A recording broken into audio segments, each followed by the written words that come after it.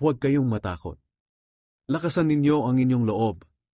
Sumagot si Pedro sa kanya, Panginoon, kung kayo nga iyan, papuntahin niyo ako riyan na naglalakad din sa tubig.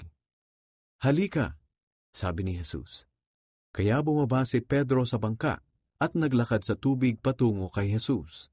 Pero nang mapansin niyang malakas ang hangin, natakot siya at unti-unting lumubog.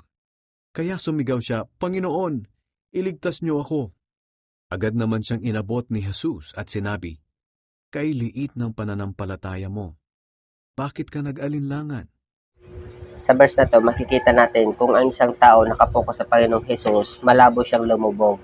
Parang si Pedro, nung lumalakad siya sa tubig, nakatuon ang kanyang paningin sa Panginoong Hesus, hindi siya lumubog. Ngunit nung nabaling yung paningin niya sa mga alon, hangin, at sa sitwasyon, agad siyang lumubog dahil hindi siya nakatingin sa Panginoong Hesus. Kaya tayo, kung malaki ang problema na ating pinagdaraanan, walang dapat tayong ibang titingnan kung hindi ang kapangyarihan ng ating Panginoong Hesus na handa siyang tumulong sa anumang problema na ating kakaharapin. Basta't magtiwala tayo at manampalataya tayo sa Kanya, walang malaking problema sa ating makapangyarihang Panginoong Hesus.